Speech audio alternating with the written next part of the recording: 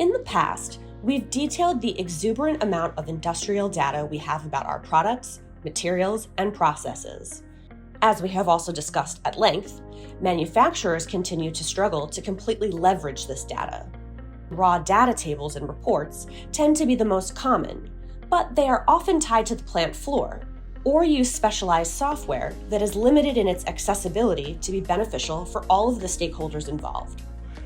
Lately, we've seen more and more customers utilizing some of their in-house IT tools to make better sense of the data that exists.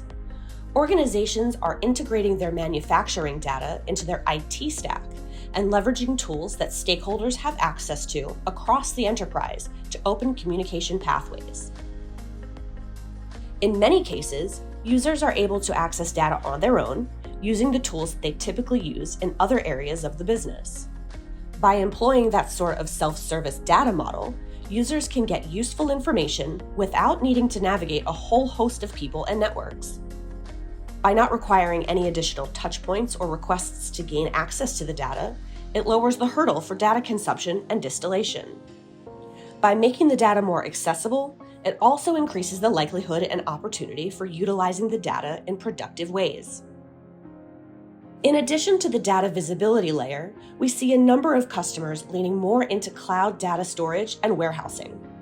As companies get more comfortable and feel more secure in storing data in the cloud, they are able to leverage the cost and integration benefits of scale to have more data available and correlated. By creating data warehouse views that combine related but disparate data sets, companies can take full advantage of a data visualization tool like Power BI. By increasing the amount of information available and by providing relational context to allow for deeper analysis, that's an all-around win.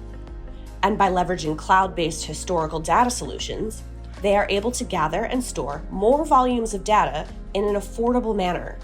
Both of these approaches allow for richer data sets that can then yield more insight. What do you think?